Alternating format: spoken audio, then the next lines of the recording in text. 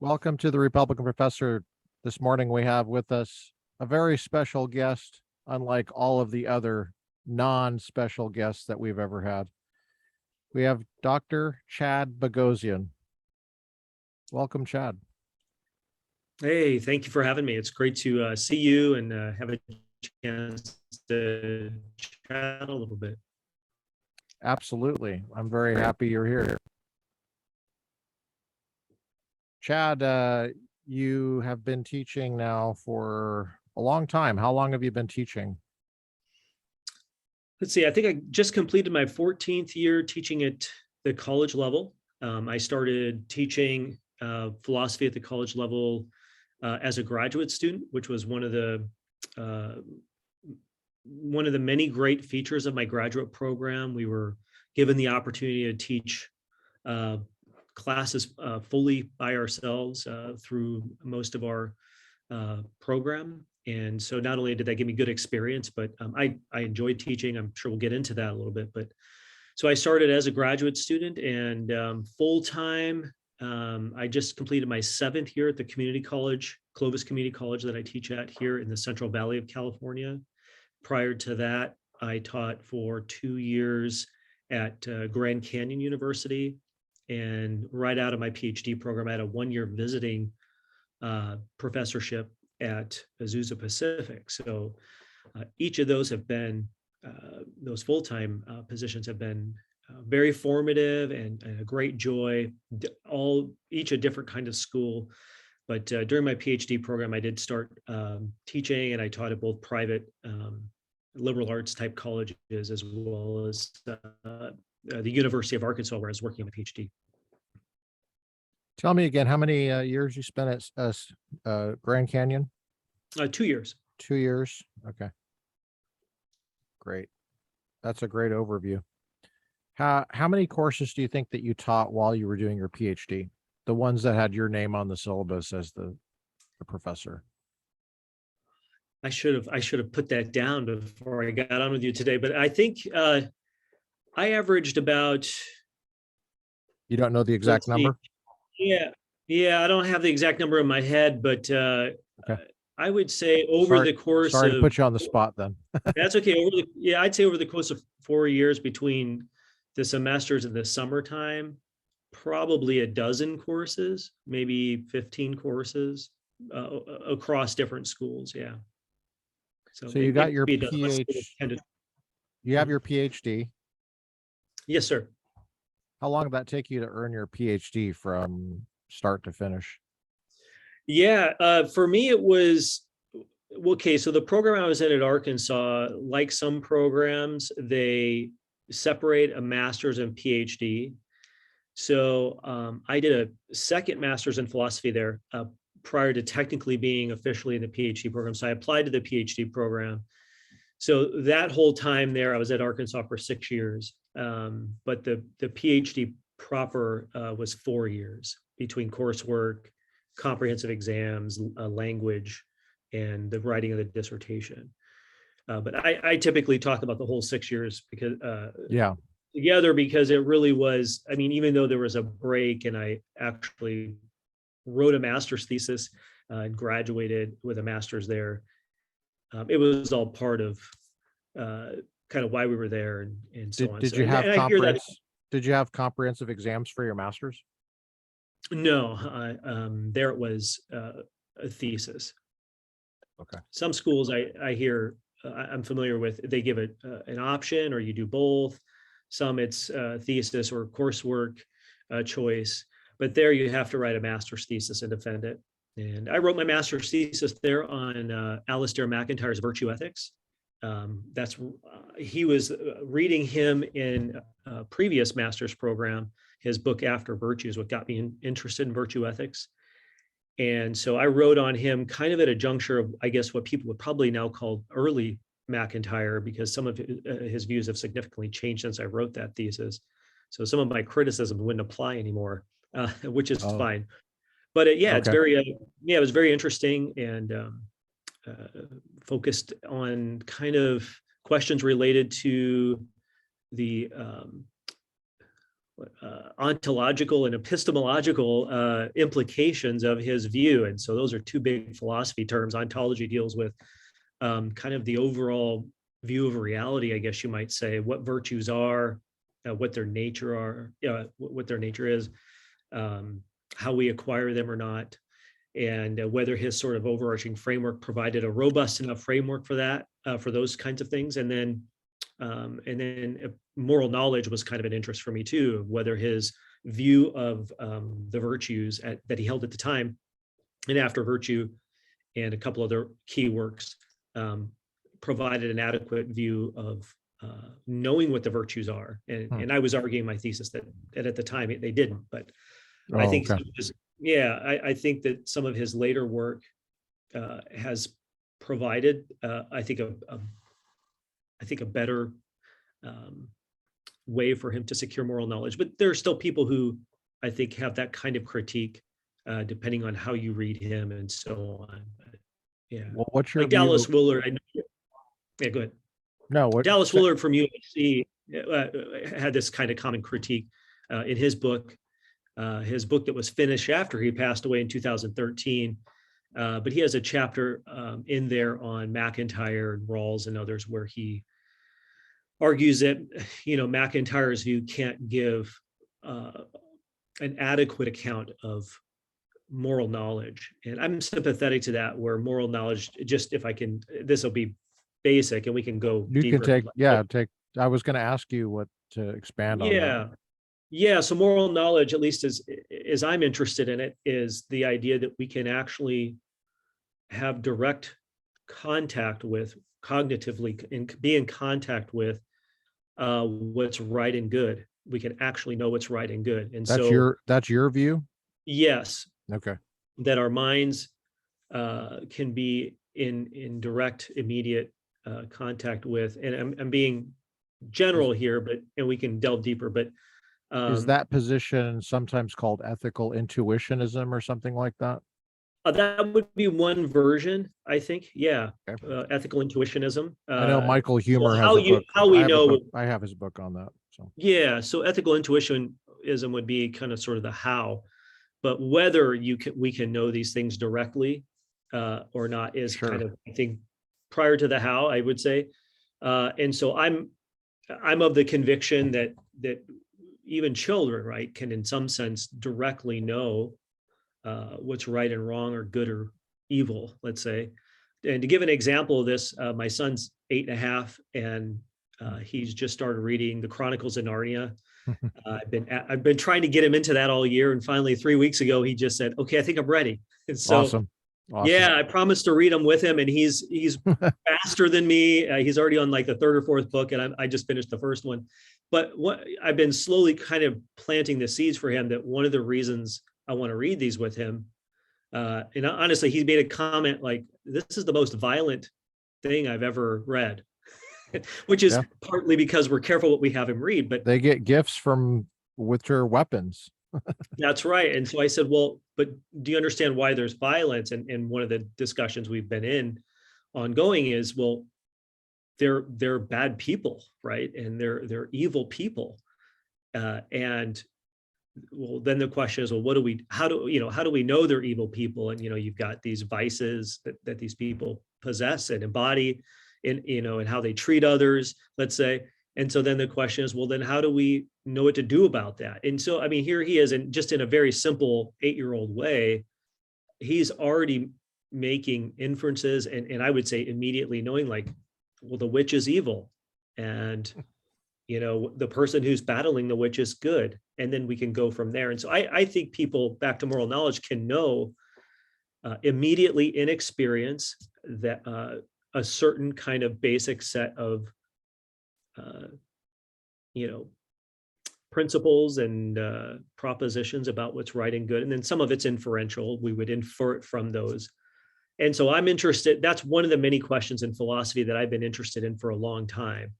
And referencing back to Dallas Willard's book, The Loss of Moral Knowledge, part of what he's interested in MacIntyre and others is that, try as they may in their theories to secure moral knowledge for humans, they fail at that. And so what we've actually lost in our culture, and I believe this is right, is a shared body of moral knowledge that we can refer to guide Are you talking ourselves about individually. are you talking about Willard's Knowing Christ Today? Is that the book you're talking about, or is it a No, different I'm book? actually talking about the last book. He was working on a book at the time of his passing in 2013 that was about 2/3 completed, and it was completed um, after his passing by three of his students, Steve Porter, Okay, I haven't seen this yet. Aaron Preston, and Greg Tenelsoff, I believe. It was published by Routledge. One of his colleagues at USC, the name is right there. I'll get it in a second. Helped. Is Willard listed as the author of it? Because I'm Yes, looking up the three of him. them are listed as kind of. They basically took his The notes. Disappearance of Moral Knowledge. I got it. Yeah, I'm going to share my screen here. pull it Yeah. up. It's excellent. It's available in paperback now too, which is affordable because, as you know, with academic books, they're ridiculously expensive. There it is. There you go. Yeah, buy used for 24. You could get it That's for reasonable. $24. Okay. The Yeah, Disappearance of Moral Knowledge. I have, let's say here. there you go. There Steve you go. Porter was one of my professors. Greg Tenelsoff was one of my professors. So yeah, we got the whole lineup here. Cool. And those gentlemen all studied under him Yeah. at UC, and they're all very capable philosophers. And again, this is an academic work, to be clear to your listeners. But I think if people read the first two chapters and the last chapter, they could get the idea of what he means by the disappearance of moral knowledge. I'd say the first chapter. The last chapters, Scott Soames wrote the foreword. There you go. He's the one that helped. That's the name. Scott Soames wrote the foreword. Wow. Yeah. He has some cool. really He's nice a huge name. Big name. Yeah. Yeah, I have his History of Analytic Philosophy in the 20th Century. For me, that was a masterpiece work. Oh yeah. I don't know where I would have been without that set. Trying to understand this. Yeah, Soames is a force to be reckoned with. I mean, he's very capable, and he helped bring this book to fruition. Okay. With the editors. That's awesome. Yeah. He was at USC for a while. Is he still there, do you think? I'm not sure, honestly. I believe he was at the time of the writing of this book, but Scott Soames. Yeah. He I took 20th Century Analytic Philosophy with Greg Tenelsoff. This guy right here. Yeah, if you go back to the table of contents real quick, if you scroll back down. So, just to point people, so chapter 7 there is all about, McIntyre's view and the problems that I'm very sympathetic to his arguments in there of the problems that McIntyre's view faces in its wanting to try to give us moral knowledge through his type of virtue system, but doesn't succeed. And Willard is in the virtue tradition too. At least I place him there, but he's more what we call in philosophy a direct realist, meaning we can be, like I said earlier, directly in contact with the world outside of our heads. That's how we're built as humans, and so I think that's the case for moral reality, that we can know right and wrong, we can know what's good and bad, and at least a sufficient subset to guide our lives and know how to treat others and promote what's good for all those who come within our effective grasp, as Willard would say. So, okay. How do we get on this book again? Oh, you were talking we got about on this your book. view. Sorry, that was a little bit of a trail. This is your view after thinking about it for a long time. You think that you kind of were coming from that perspective as you critiqued McIntyre for your MA, I think. That's right. And then you said, well, some of those critiques maybe don't fully work anymore since he changed his mind about some things. Is he still alive, McIntyre? I believe so. Yeah, he was at Notre Dame for the longest time. Okay. He might still be there. I'm not sure if he's retired, but probably if he isn't yet. But he's. I mean, again, for people's sake that are watching and maybe interested in these topics, I can't say enough good about the importance of Alistair McIntyre. I mean, his book After Virtue and Other, which was like in the 80s, really brought a revival of interest in what we call virtue ethics. And let me just say a sentence or two about that. Virtue ethics is in ethics is trying to put the character of the person or the person. There are different. If you have a religious tradition, so maybe in certain Eastern religions, they might, talk about the Judeo-Christian tradition. You might talk about the heart as the sort of the center of character. In Confucianism and Buddhism, you might have something else, right? But it's the inner self or something that's being formed, and you act from these virtues, right? And that's important because now the question becomes: do we try to form do we focus on forming the person first and the character so that they naturally, or by and large naturally, do what's good and right? Or do we have more of what I would call an outside in approach, where you have the principles first and sort of impose the principles? That would be more of how I would describe loosely a deontology, where you've got your rules and your principles, and that's more of an outside in. Virtue ethics is more of an inside out. And so I'm attracted to that. And McIntyre was trying to revive that. I think going back to the ancients like Plato and Aristotle, that was, virtue types of stuff played a really prominent role in their systems. And then for history of philosophy, analytic philosophy, you mentioned the history of ethics, right? There was kind of a departure from that for a bunch of reasons. And then I think McIntyre and others, Julia Annis, Martha Nussbaum at University of Chicago, have written a lot to, I think, help revive that virtue tradition. And of course, they all take it in different directions. And you've got feminist versions of it, and you've got secular versions of it. You've got religious versions of it. So anyways. Do they all agree that there's something to know about virtue and about ethics that you Yes. can be directly aware of? I don't think they're all direct realists about the knowledge aspect, but I think they do believe that there is something to know. And that would be now the departure, I think among them would be like the how right? Whether and how. So they're realists, but they're not all direct. Is that right? I would say the majority are realists. Majority. So, are there any McIntyre, are there any virtue ethicists that are not realists? I don't want to say no. I don't know a name offhand to give you. Well, you could just give us their social security number. I think you could. Yeah, I think you could. Yeah, that's right. I think you could be a non-realist or an anti-realist of some kind. I'm trying to think of to be as charitable as I can, and be some, have a virtue system.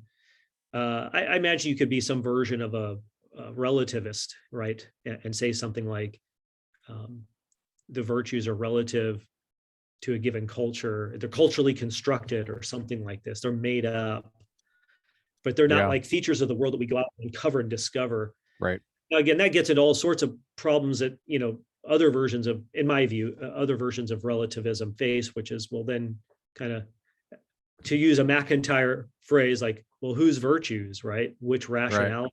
Right. And you don't have I don't think there's a satisfying answer to that. It's just kind of up for grabs. So McIntyre's not a relativist, right? He doesn't want to be, no.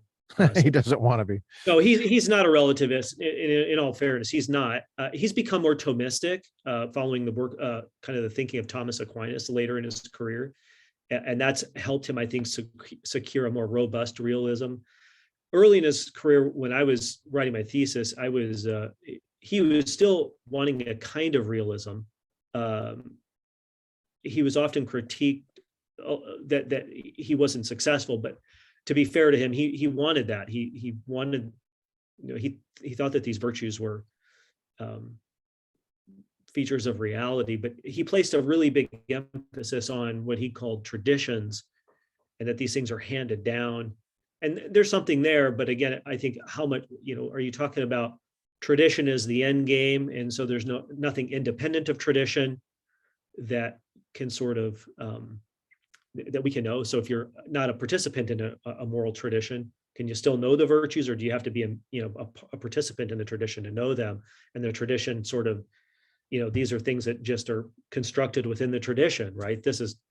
So that's one of the kinds of back and forths that people had about his view. But he really wants there to be virtues as part of reality. And I think the more Thomistic he's becoming more Catholic, I think, if I understand correctly, and at least in terms of his religious convictions, I think he's been able to undergird his realism better than in After Virtue. Okay. Yeah. So he did the moonwalk back to the Middle Ages, in other words. I think that's right. Yeah, I think that's right. Because what he Good did, for him. again, Good for him. yeah, I think what he did that was in After Virtue is, this is, again, I'm not the only one who reads him this way. Willard would read him this way, is he likes some things about Aristotle, but he got rid of Aristotle's view of the human person, and he kind of, he didn't like Aristotle's essentialism. And what that means for people who are unfamiliar with that language is that things have a nature, right? What makes me a human and not a table is that I possess a human nature, a human essence, and I can't change that. And so applied to ethics, right? The question or virtue is courage or honesty essentially one thing and not another, or can I just mess with it and make it what I want it to be, right?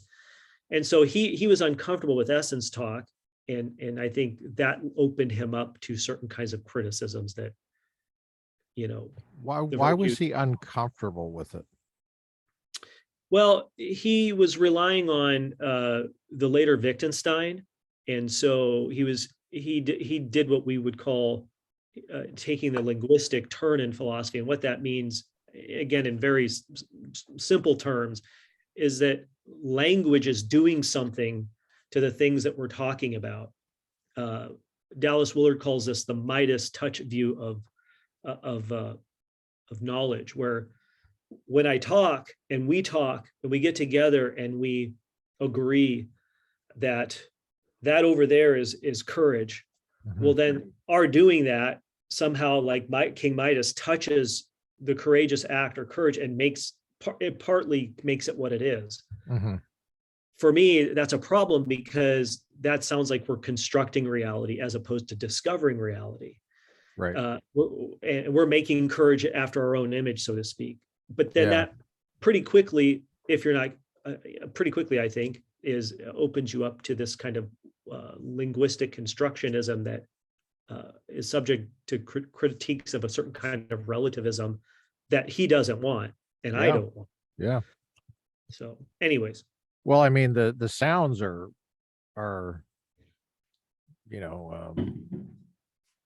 the sounds are one thing. What it means is something else. There you go. The word courage, when we use the word courage, we got to distinguish between the sound and what it looks like in English. And of course, Wittgenstein, of course, was, writing other languages probably. But what it means isn't the same thing. It's not as temperamental, I guess I would say, as how it's constructed in language in terms of the reference, the way we refer to it. We use language to refer to it. So yeah, it's interesting. Yeah. Very good. No, I was just going to say there on that, if one of the key questions people need to think about here is when we use language, is our using it a particular way what gives it the meaning that it has, or does it have those meanings and then we figure out how to utilize it in conversation to, as you say, refer to things as they are. And I think it's the second. Wittgenstein thinks it's the former, where our using words a certain way gives it, at least in part, some of the meaning. And this gets in the, people who are familiar with this, right? The language games. We're playing a language game, and it has meaning only within the game. It doesn't have meaning apart from the game that we're playing. A lot of cultural applications there. Yep, that's It right. shows up a lot of places right now. Yeah. Hmm. Yeah. Can you name one place where it shows up just to give us an idea of what you're talking about? Well, I think discussions about, uh, well, I think right and wrong, whether we can call things right or wrong, or they're only called that because I refer to it that way, right? And we've agreed in language to talk about um, everything from bullying to is this really a case, an instance of bullying? Well, that depends on whether if what I call what we mean by bullying is just because we use the word a certain way, or whether there's a feature of the action that essentially makes it an act of bullying, right? And so when people want to say, dispute that's a case of bullying, or no, it's not, or Yeah, well, here's another one: hate speech. Uh, I think that's a thorny issue, I but absolutely hate speech. right. So I have this conversation often with my students in ethics, usually, Right, like what do we even mean when we're calling something hate speech? right. And very quickly we we get lost in trying to answer that. That's right. And I think part of that is because of, and again, they don't have this in their mind, but Right. we don't know what we mean by hate or hatred. We don't even know how we use the term. But even Yeah. if we take the victim, Not to mention, is it even bad? right? I mean, just starting with that. Like, Yeah, and if it is bad, why would hate be bad? right. Try to figure that one out.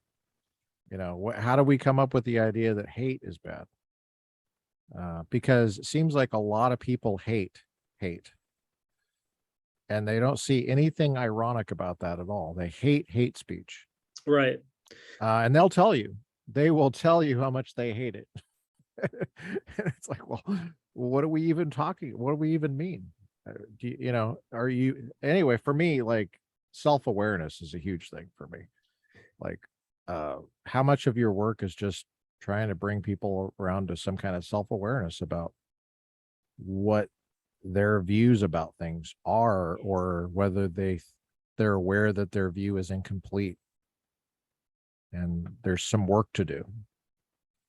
I think that's right. And I think part of it too here, back to the issue of meaning, I mean, you Yeah, do this a lot. I've watched some of your episodes, and I try.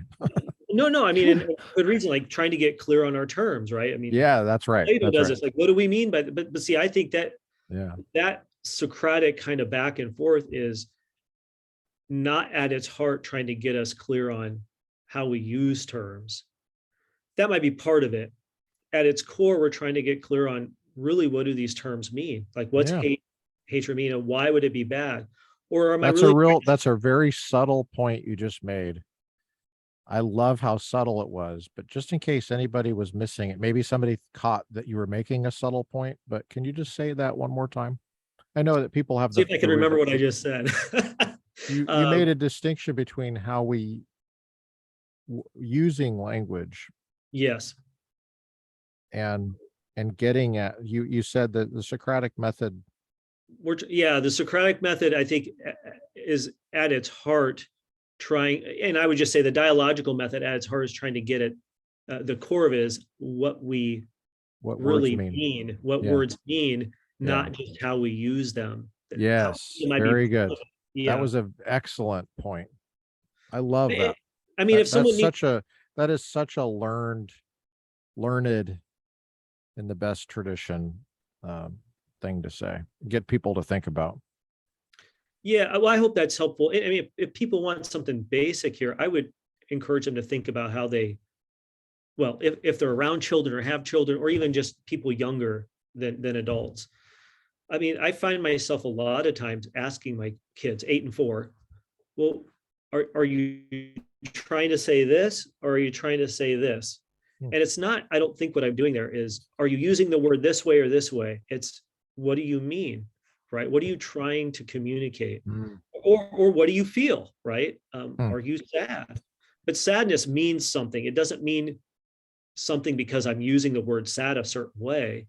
It picks out a real affective feature. I'm saying this, I wouldn't say it this way to them, but it picks out something right? That's real about going on inside of them as a person, that other people like them can know what that means, right? This Mm, goes back to the realism. And I can immediately mm, know what sadness is, or have at least a general idea. But mhm, that, I think, commits one to the idea that there are meanings, right? mhm, And meanings aren't constructed by how mhm. we Yeah, hope that's that. yeah, that's right. That sounds exactly right to me. And I think that's a wonderful defense of the Socratic method, because if people don't understand what it's for, if it's just people arguing back and forth and there's no point there. No, there's actually quite a deep point that you can misuse a term. Right. You can use language in a way that doesn't really express what you mean or what you know to be true, and you might have bad habits, you know, We all do. Yeah. because we're sloppy and we want to save time, and we don't really think things through. There's slogans that we don't really kind of really zero in on, and it's not really that popular to do that in many circles. So yeah, that's really awesome.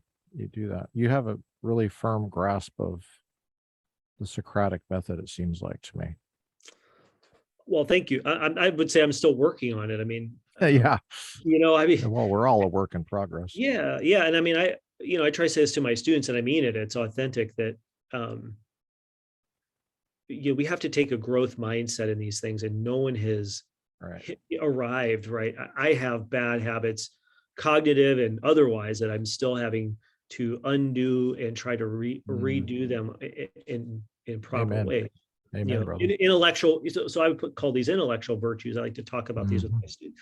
Like, you don't just get them, right? Right. It takes a Yeah. lot of hard work, and you have to Mhm. be willing to let others point out, right, when you're not That's a when you're great not point too. doing them, No, that's a great point too. I Yeah. mean, when you here's a analogy. I mean, when you see somebody with large, well-developed biceps, um, you know from your experience that it's probably that they lift weights.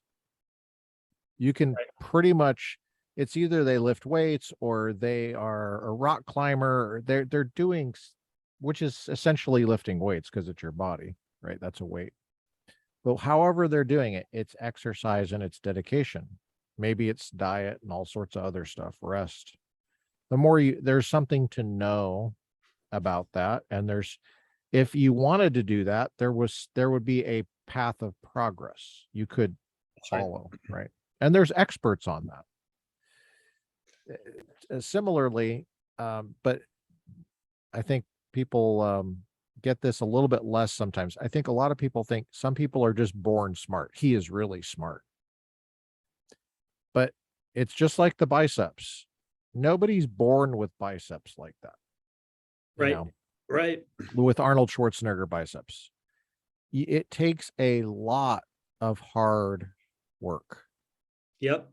and you got to think carefully. There's an expertise about how to make progress, um, and what's the most efficient way to make progress. And and there is a fact of the matter that there is such a thing as real progress Yeah. in the intellect. You can Yes. make real progress, but it takes effort, and it probably takes some mentoring and guidance. And I think that one thing is missing on college campuses, at Yeah. least in some disciplines. Maybe not in engineering or something like that, but or chemistry or something, but in a lot of disciplines it seems to be missing. Like I would say in the English department. um I mean, you know, somebody can't speak English very well, it's pretty obvious, but what are you doing? You know, what's it for? Like after a certain point, once you're a competent English speaker, what are you doing in an English department? What's going on there? And I would say it's hard to know sometimes what's going on in philosophy if you're not like aware of, if you don't have good mentoring. I would say it's hard. to know what's going on. I think if I didn't have a good mentor in philosophy, I would have been totally lost. Yeah. Yeah. Oh, same here. And, I'm super grateful for the good people I had in philosophy, but other disciplines too that I was in before philosophy, but that were very patient with me, but had high standards and helped point me to the things to read to help me bring things together. And of course, I had to do the work. And again, I'm a first generation college student, as we say, right? So neither of my parents graduated from college. My dad, I think, went to maybe a semester of junior college before dropping out because of his parents being ill and stuff. But I had to navigate the college thing pretty much on my own. And that's not a knock. I mean, my parents may watch us, I don't know, but I mean, that's not a knock at them. Their attitude was go to college and so you have opportunities, do better than we did. And I got there, and my community college students remind me a lot of myself, because it's like, I didn't know who to talk to or who to ask questions. And even if I did know, I was afraid. Even though I was a pretty good student in high school, I had a lot of insecurities and self-doubt because the whole system is just so overwhelming. And so you have to have people that care for you and will, guide you, right? And so I get these students now, and they come in my classes and they think, I don't know who's told them this, but they think, at least for philosophy, that they're going to come in and all philosophy is we just vent our opinions to one another, and then we get a grade. And it's like, well, no, Wow. How would you you don't grade do that that? in physics, right? How would one grade that? What's the Right, evaluation process for that? right. I thought, No, well, that's not your really opinion. That's not really your opinion. A D. yeah, yeah. Well, Well, how and do I know again, what your opinion is? and that's very different than saying, well, there are different views here that are rationally defensible, right? Obviously, I would grant that, but they've been told that you essentially just come in and there isn't truth, right? This is part of what's going on in the background. There isn't a truth there in principle. You can't have that in philosophy. Right. That's And the true so, answer. You can't have right, truth. that's the true answer. So, but what I They tell, never thought about that right there. right, and then they start reading these things, and it's hard, right? The Yeah. philosophy is hard to read, and so then it's like, well, it wasn't supposed to be like this. I thought we were going to just Yeah, get exactly. get in groups and talk about whether there's free will or not. And it's like, well, no, like they're Wow. really smart people who have thought about this stuff. Right. And it's not just to think about it, they're actually, at least historically, understood themselves to be pursuing truth. And why? Well, I would say one general thing is because they're interested in questions like, what's the good life to lead? And you need truth to Mhm. lead a good life. You need knowledge to lead a good life. And so if we even start there, now all of a sudden the question becomes, well, how do I seek truth? Well, I got to Right. have some tools, right? I got to have some skills. Mhm. Well, like you said a minute ago, you don't just come born with the skills ready made to go. You got to develop them. And so I Yeah. constantly find myself reiterating to them, you have to be patient with yourself, with me, with the readings, with the process, and kind of give yourself to all of that so Mhm. that you can develop the skills. And if you'll Yeah. trust on that in week one, by Yeah, there you go. week 16, you're going to look back and go, oh my goodness, Right. I can do this. And I'm actually better at it than I was 16 weeks ago. Hmm. But it's like your analogy with the lifting. It's, you got to work at it. And I think Yeah, in our culture, we want there's shortcuts. trust. There's trust involved. That you used that word just a minute ago. There's Right. trust. Yeah. When I walk into 24-hour fitness, I'm already culturally equipped with the raw materials to make progress because I probably have some false beliefs about fitness or whatever. And I guess I shouldn't say 20, it's a specific gym because they're not really paying us commercial Right. for this, but my point is you've just mentioned a cultural obstacle to learning philosophy on campus and other disciplines as well, I would say. I think so. Other disciplines too. Mhm. Yeah, that's right. Um, and I think it's particularly challenging in philosophy. Um, but um, the cultural obstacle is the the cult the student arrives with all of the I would say, the raw materials that they have. They have a mind, they have experience, and they have some link with common sense, which is really what logic and stuff is just a finessing and a more exact common sense, I would say, but it's all based in common sense. Otherwise, you couldn't get off the ground um, to some extent. I Yeah, mean, if I it's common sense that I can't rely on common sense for everything. I would say that's common sense, right? And that my common sense can be surprisingly wrong about maybe, for example, what the shape of the earth is, you know, or something. And then there's a method why I could figure out how to link my experience with what the truth is, and that it all hangs together somehow, some way. But that when I go into 24-hour fitness, it's easier for me to trust guidance, I would say, than it is when you walk on a college campus and you don't have, if you have the false beliefs about what philosophy is, um, maybe it's laziness, maybe it's lack of curiosity. It seems like if people had curiosity, they wouldn't have this problem. Like, because it's never been so accessible to so many people ever in the history of the world what philosophy is and what's out there. I mean, it seems like you could easily figure out that there's something more than just sitting around and sharing your opinion and, bloviating. well, Not to yeah, mention, how do you get evaluated? What's the evaluation process? for sure. I want to, if I can, piggyback on a couple things you just said to add a couple things to this. Sure. What I think is a really important discussion uh, for Yeah. individuals, especially people who are parents. But Mhm. um, I think you mentioned curiosity, so I would consider that an intellectual virtue or something we can develop.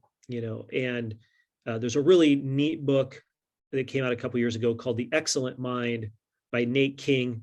He's a philosopher. I believe he's in Spokane, I believe. Anyways, um, he kind of gets going from a basically Aristotelian. He has Aristotle as kind of his uh, uh, Is fuel. he related to Nat King Cole? No, no, Okay, no. I had to ask. Yeah, it's a really great book. You can find it on Amazon, and it's aimed at sort of a thoughtful adult or college student. Probably thoughtful high school students could and should read. But curiosity is one of the intellectual virtues he talks about, and Mhm. I would wager that I know Nate. I've I've children, I've talked to him yeah, a few times. children have a natural curiosity. Aristotle would say we humans by nature desire to know Right. themselves in the world. And what concerns me, and this is a concern for myself too, is that there are multiple cultural factors that by the time students get to be a teen, curiosity, our natural curiosity is getting stunted. And it's because of things like, this isn't a complete list, but we want shortcuts for everything. There's got to be this right, we have this very instant culture. Technology is instant, food is instant, everything is like instant gratification, and I'm guilty of this too. And so we have this sort of, we're in a very instant society. That's one thing. Another thing is, I would say we have a very You have to utilitarian. wait 10 days for a gun, though. You have Right. to wait 10 days for a gun. It's funny. Back before there were mass murders, you could get a gun like within a second. And everything else took longer. There was no pornography, there was no internet, there was no instant stock trading, there was Right. no um, you know, there wasn't even, well, maybe there were fax machines, I can't remember, but I guess there was Western Union, which is sort of a expensive email system. But you had to wait for a letter in the mail, you know. And now it's like everything else is so instant. It's not good for you though. Like No, yeah, fast food is not good for you. right, Pornography is not good for you. right. I actually don't even think email is good for you. And I wonder how much, yeah, I'm glad you're thinking about these cultural issues. Anyway, sorry, I interrupted you. Yeah, no, you're fine. So yeah, so the instant, the other thing would be, well, a couple others would be like shortcuts. And this I think connects to the instant. We find these, we want everything to have shortcuts, right? And I think this ties into maybe a third thing I'd say is we have this very utilitarian view of education, of so many things where, um, and by that, so for those who may not know that term, that's an ethics term. John Stuart Mill is kind of the big historic name here. And utilitarianism, it's all about means and ends, reasoning, and the ends can justify the means. I could theoretically use means that are not typically seen as good as long as the end is good. And so when I apply that to education, what I think in this, and I brought this up because of curiosity, so that's all in our backdrop here. If I teach my child, or our culture teaches us that, well, the reason you go to school is because you have to, and because you got to get grades to finish this grade and finish elementary and junior high and high school. And then you go to college and you get grades, and it's just a piece of paper so that you can go get a job. All of that is this string of, I'm just using this as something that has no deeper value or meaning than I want to get hired at Google. Now, getting hired at Google is fine in itself, but what ends up happening to education, at least I see this cultural force, is that, well, now there is, how can I get to that, to the Google end as fast and as easiest and as cheapest as I can? And so I'm just using everything, including the professors and the school and everything in the process, as just throwaways to get to that end. And so then the whole process gets cheapened and corrupted, and you ended up with this. I think that's one of this. These are some of the reasons curiosity is just, it's totally shot, and it happens long Yeah, before they get to me in college. So right. when I see my son, and again, I'm all for competition and things in schools, but he'll ask questions. It's like, well, I got to do this to get this, and I'm like, okay, well, hold on a second, let's slow this down. What's good about reading, right? What are you getting from your reading, and what's good about this? And the whole formative, this goes back to the virtue thing, right? The formative aspect is totally sidelined. It's just about the awards, it's just about the outcomes, right? And so I think if you make it all about the outcomes and not at all about the process, you lose curiosity, you lose an interest for the pursuit of truth, you lose all these intellectual virtues as actual, what I think ought to be aims of education and sports even, and moral virtues too, of these other activities. And so one of my Right. concerns is for my students, Not to not just, mention the enjoyment, yeah, right, not to mention the sheer enjoyment of being curious yes, and satisfying to some extent your curiosity about something that's not nefarious. Like, I'm not talking about you have a curiosity about how to build a bomb. I'm not talking about that. right, I'm right. talking about something bothers you that you're just like, what was that answer again? Why is that? Now, why was the monarchy bad again? Why don't we have why don't we have kings? I don't understand. It seems like you could have a good king or something like that.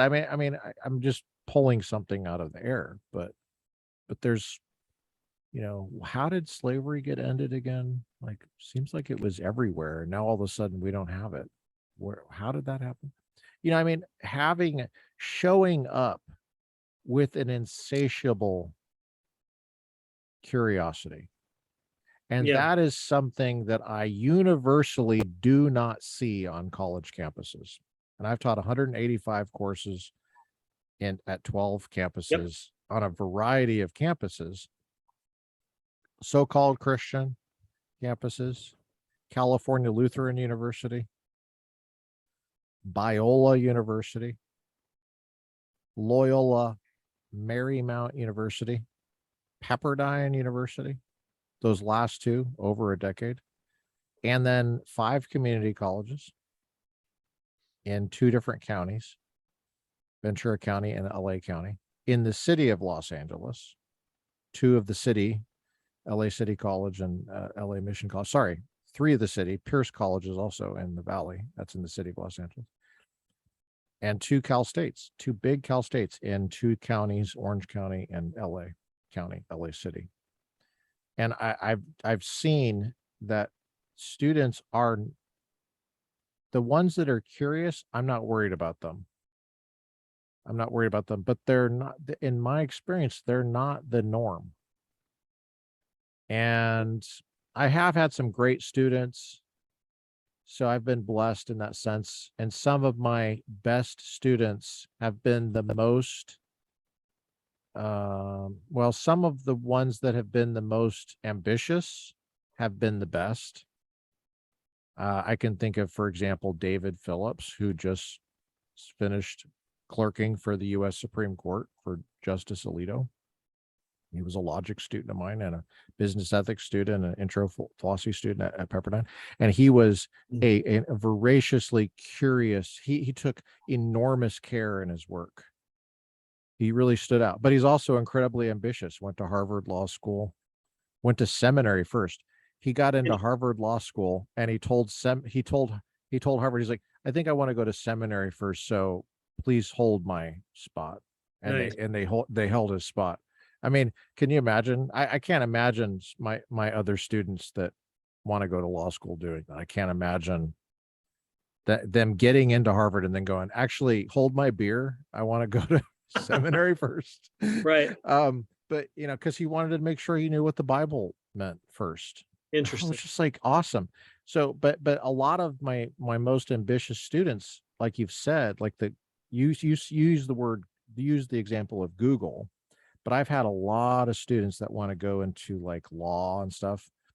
And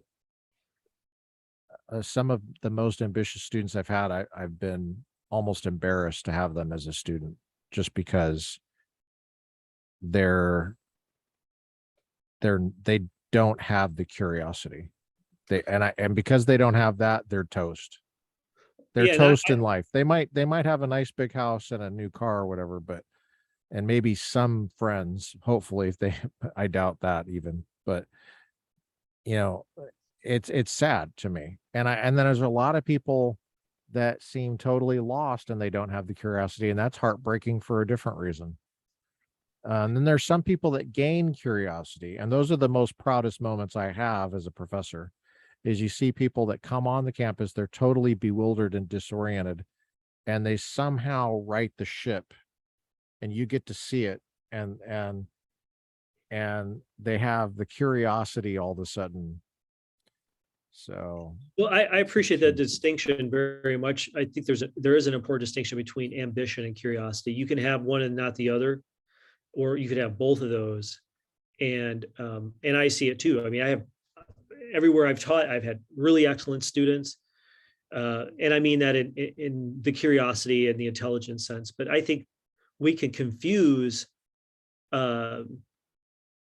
ambition with intelligence. And so I think some of my best students have been people who haven't earned A's in my classes. Yes, that's right. I think, and this is that's something, a huge thing, right? What you just said, that's a huge thing. And you and I both know the way the academic game is played. So I'm not suggesting what I'm about to say is I'm not saying that grades are unimportant, but I think I try to help my students realize that their identity is not their GPA, and that they can be a very intelligent, thoughtful, influential person and not have a 4.0. Now they might not get into Harvard or wherever their dream school is, but again, can you be a good person? And let me tell you, I'll tell you a story.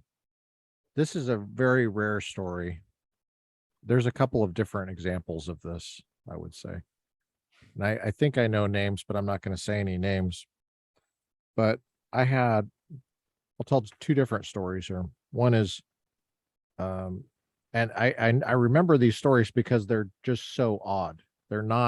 It's not commonplace, but probably about 10 years ago, actually it was more than that now, in Los Angeles, I had a student that was of probably Mexican descent. She was dark skinned. Last name was, well, I'm not gonna say the last name, but it was a Hispanic last name. And she appeared to me to be like a cheerleader type of person.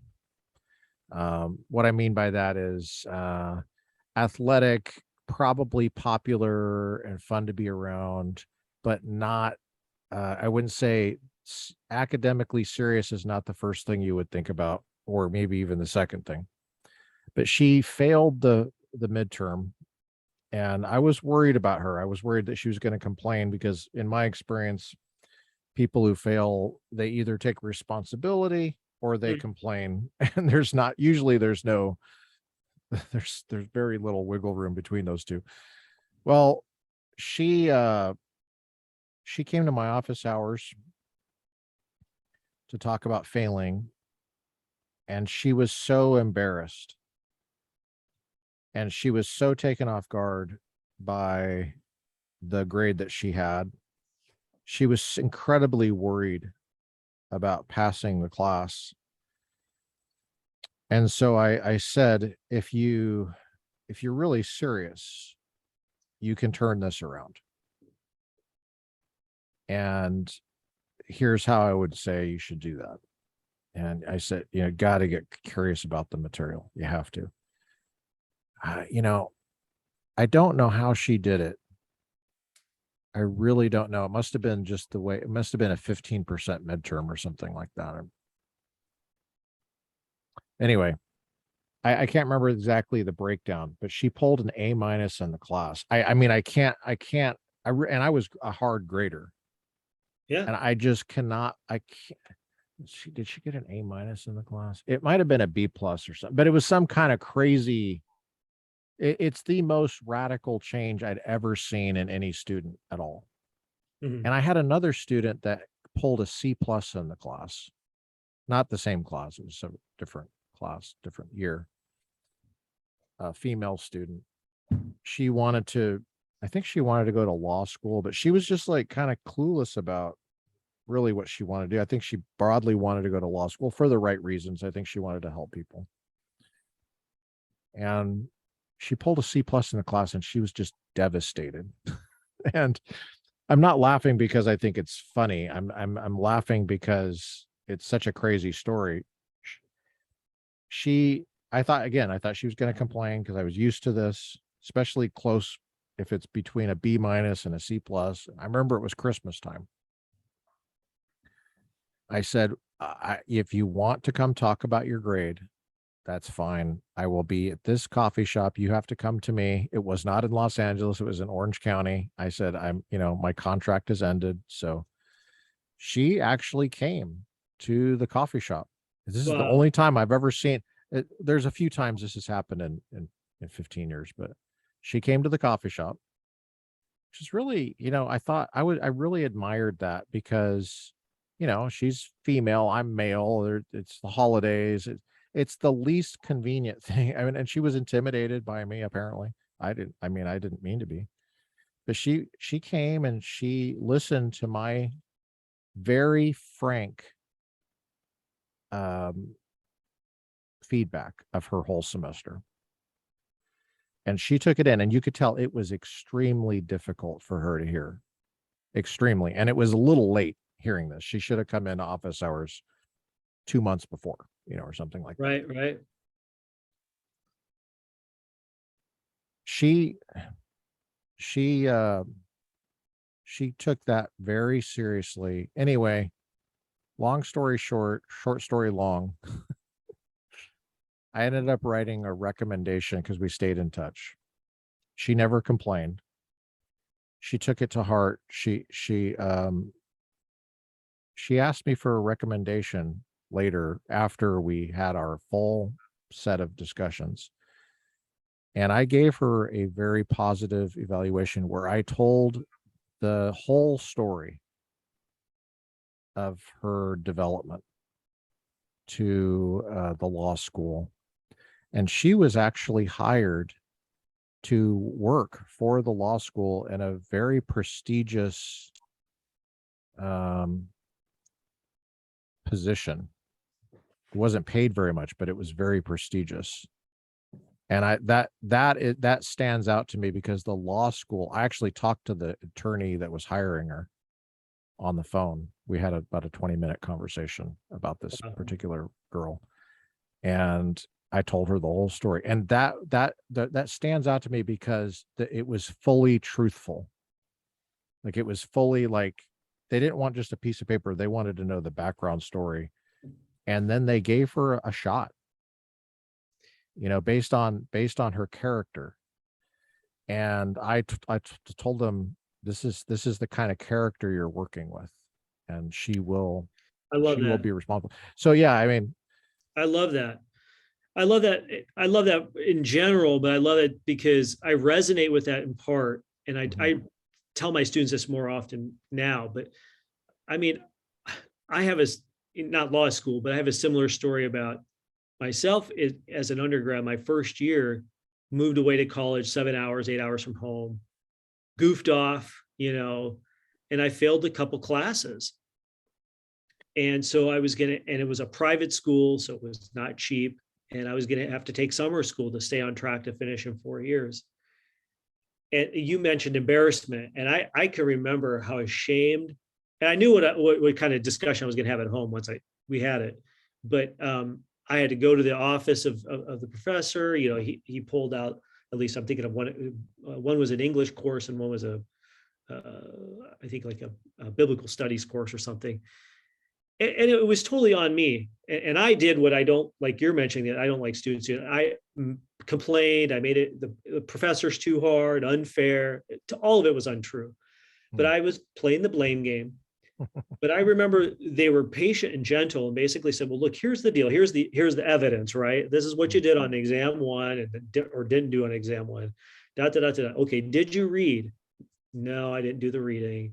Did you do, no. And of course, I was deeply embarrassed. And I knew I was goofing around, doing things at the last minute.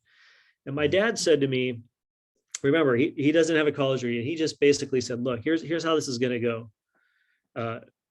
You're going to come home, and I was going to work this summer anyways, but he's like, you're going to work extra hours after you're done with summer school to pay for summer school. And if this happens again, you're going to be done with college.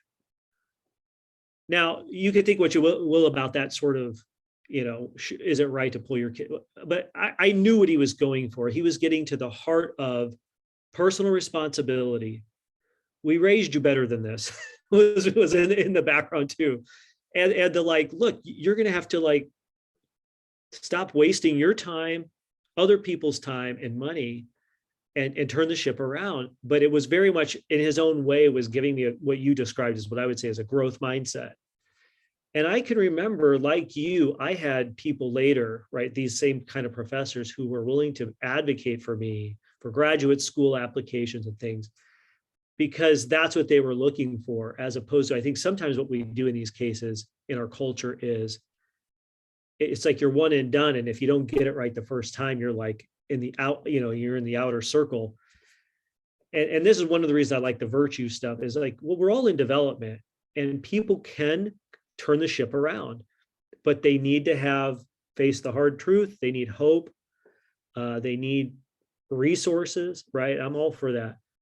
And, I'm convinced that if you do that for people, you can't engineer it, right? People are still going to make their choices, but a lot of people, and I was one of them, you go, well, oh man, I got to turn this thing around. A lot's riding on this. And so I appreciated people like that. I'm glad to hear you share stories like that, where it's, I really, what stood out to me just a while ago, about a half hour ago, when you were talking about your son and you asked your son, what is good about reading? That is masterful in terms of paying attention to the growth mindset and developing that curiosity. That's what I really admire in strong professors, is an ability to, in a non-bull crappy way, because there's a bull crappy way to do it, especially in politics, I think, but to foster a curiosity, like a genuine curiosity about the world. And that's, you do that with your son. Why do we read? See, I mean, I don't think my parents ever asked me something like that. I didn't really need it because I'm insatiably curious, probably from birth. And the reason I say that is because it's always gotten me in trouble. Right. Just, and what I mean by that is, I mean, people get annoyed if you're curious. I was constantly breaking social norms by asking follow-up questions that no one else seemed to think that's not appropriate to go into that one. Doesn't anybody else want to know that, like, kind of thing? Is there anything else that you do to foster curiosity with your kids Oh that man, we could maybe I'm steal for the classroom? no, I'm learning as I go, and to be fully transparent, I think that it's a learning process for me, partly because I had to learn it myself, and I haven't. I mean, I think like you, have always been curious, but I think there were also cultural factors that I gave into in my teen years, and I had to undo that stuff and call it, particularly as it relates to education, and then reform and Yeah. make new habits to develop that. But I think the other thing that I'm trying to do with my kids, but also in the classroom, it's very tempting, and this for me too, it's very tempting to want to succumb to not helping people become curious. I'm not saying this very well, but and there's pressure in higher education, and I think other people, if they're honest, will tell you this, to just there's pressure to not help people be curious, right? Because hey, they've paid the money, we got to get them through this sort of thing. And so and let's be honest, like, Very good. what professor wants to be haggled about grades? Not a single one that I know of. It's very unpleasant, and it always happens when you're depleted at the end of the semester. And so it's very tempting to be like, all right, I give up, I throw in the towel. Yes. Right. But I think, Yeah. And it's even worse for adjuncts. It's even worse yes, because it the is. contract is ended. The new one hasn't started. Will Right. there even be a new one? Right. Right. And there is enormous institutional pressure to inflate grades. Yeah. And it's very rarely acknowledged by the institution. I mean, it's almost like the institution is the dumbest legal person you've ever dealt with, because there's all sorts of institutional problems that there's basic institutional obstacles to learning that the institution seems to be totally unaware of, generally speaking. But of course, you're talking about an institution, so it's really about the people there. Are they aware of it? And oftentimes there's no incentive to become aware of it. Yeah. I going back to your question a second ago about curiosity. One of the things I'm trying to get better at, and this isn't the grade thing, but just in general as a teacher, is similar to what I did with my son.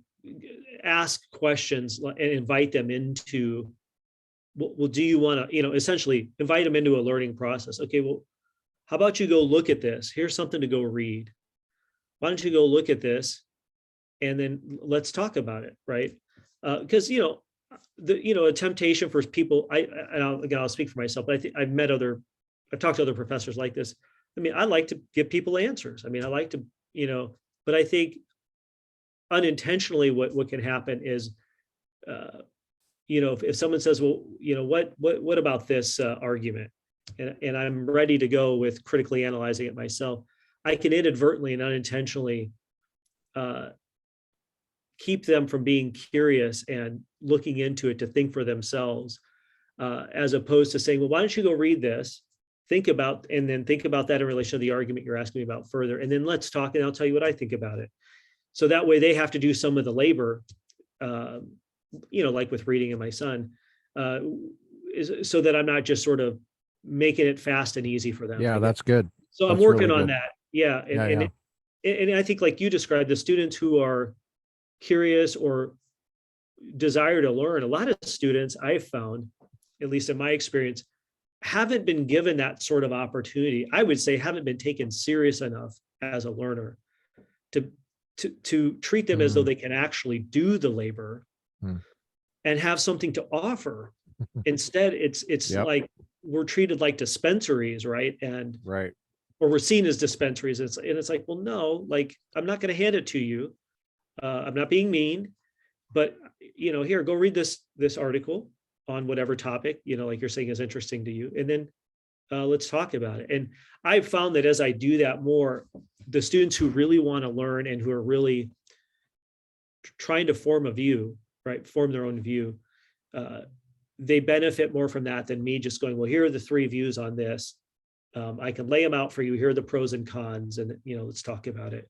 So I'm trying to get better at that, and I find that my conversations in office hours and in class are way better with students like that. I find myself hearing students say things back to me like, the next semester, hey, I'm still thinking about that, and I'm still not sure what I think. Like, Yeah. I'm not sure my view down, but I'm glad you gave me that to read. And to me, that's very gratifying because I'm helping. Right. I see myself as helping them have the tools to stand on their own 2 feet, and to know where to look, like how to look for a good source, trustworthy source, and this kind of thing. Dr. Bogosian, you've got a PhD in philosophy. What did you do your dissertation on, and what was that process like? Oh man. Okay, so my And dissertation. save time. I know we normally don't have such a time limit, but save time though, please, for the types of classes you're teaching and Sure. what We your can- favorite is. Sure. My dissertation was on what's called the epistemology of disagreement. In a question, what that is the driving question is, let's suppose you and I consider each other intellectual peers. We get talking about some issue in ethics, let's say, and we find that we disagree about that. You take side A and I take side B. Does our disagreement now provide us, each of us, with additional evidence that should move us to suspend judgment? So here are kind of 3 stances. One view is that our disagreement provides new evidence that each of us should suspend judgment in believing that we're right, to believe A or B. Option 2 is to say, no, we each can dig in our heels and just sort of be dogmatic, and nope, A is right, B is right. The disagreement doesn't make any difference. I take kind of a middle view there, at least what I argue for in my dissertation, that I call steadfastness, which I believe is an intellectual virtue. And the idea that I argued for was, in a nutshell, that you can be rational to, after considering all the shared evidence, let's say, and even knowing that you disagree with a peer, to continue believing what you believe, what the evidence supports, the pre-disagreement evidence supports, as long as you've taken the reasons that arise through the disagreement serious. In philosophy, we call these defeaters. So you've offered me some objections that could defeat my view, let's say, but I have something I could say back to those, or at a minimum, I'm willing to go look into it, right? Get curious about it, and then be able to sort of neutralize those defeaters. That can actually be a virtuous, that's not dogmatism. Steadfastness is something like standing firm in a way that the evidence would support. And so my standing firm arises from dispositions of character and taking the total evidence into account. Now, sometimes I should back down if you raise a really good objection, maybe, or at least what I should do is reduce my level of confidence in my beliefs some. I think that sometimes is what I ought to do. And I believe in taking a case by case approach. You give me a really good objection I've never thought about, and I go, well, I was 90% sure when I came into this discussion, but now maybe I need to lower that to 80% in light of Lucas's objection. But then go back, get curious about that. And then maybe after I think and read some more, I go back up to 90. Or maybe after I read it, I go, man, there's not a good answer here. Now I got to go lower to 70 or something.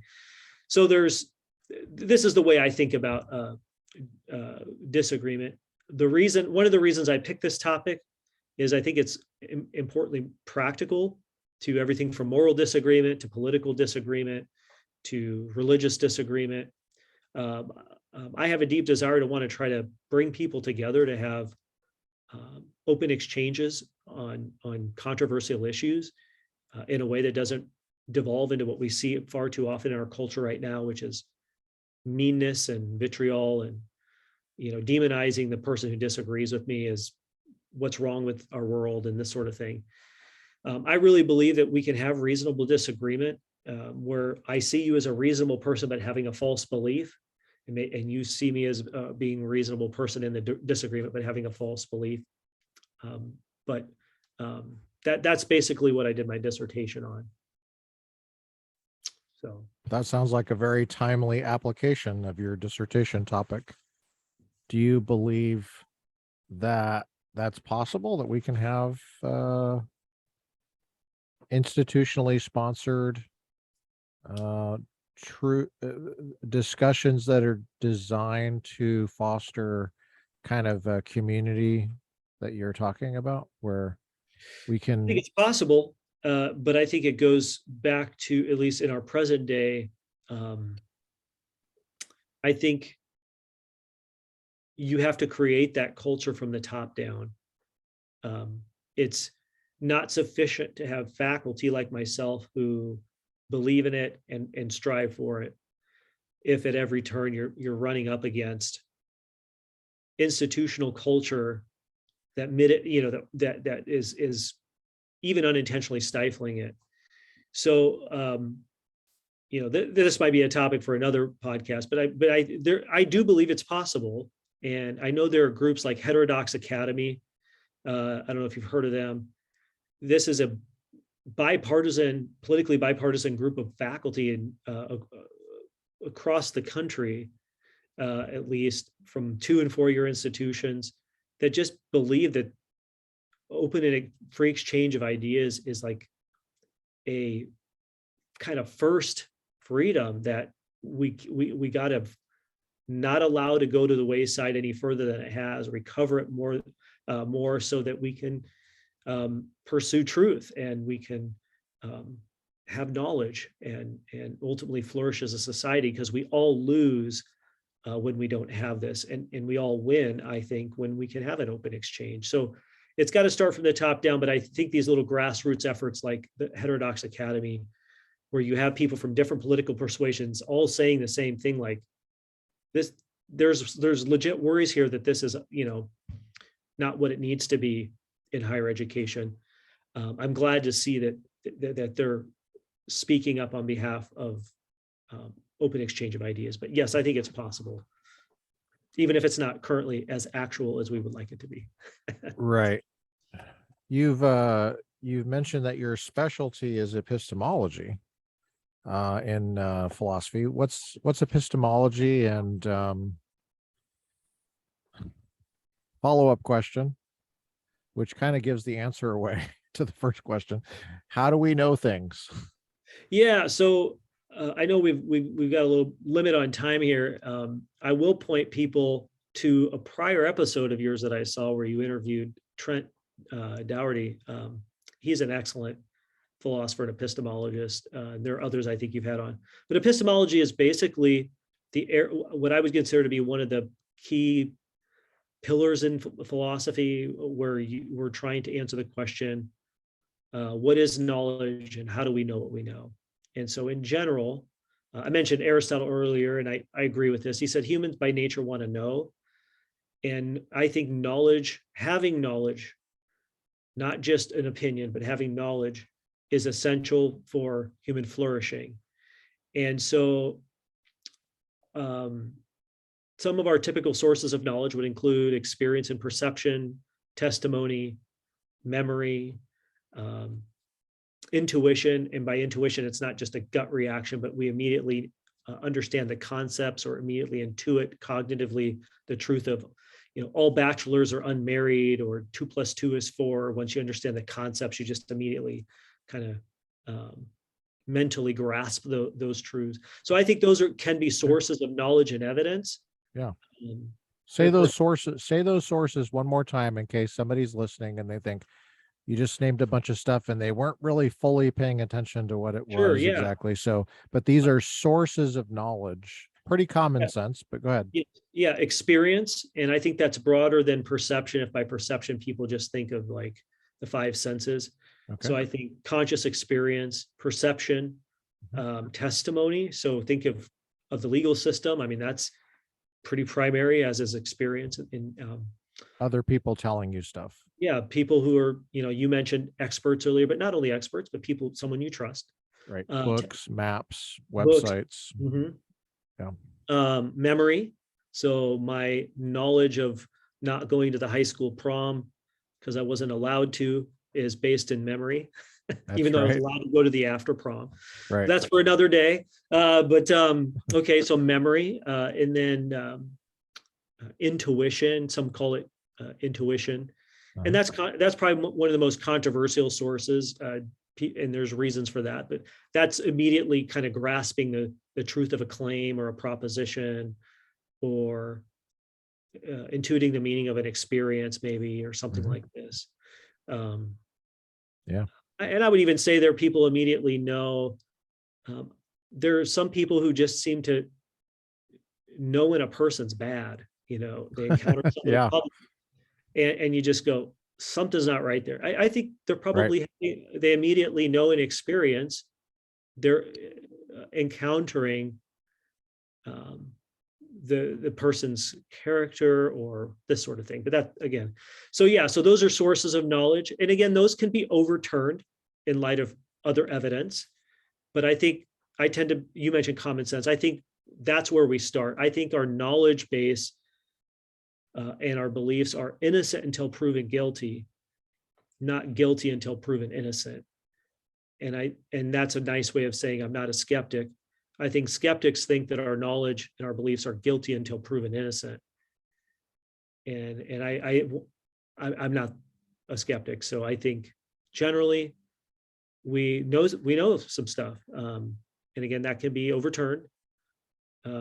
I think a lot of our beliefs are justified, right? They're supported by good reasons.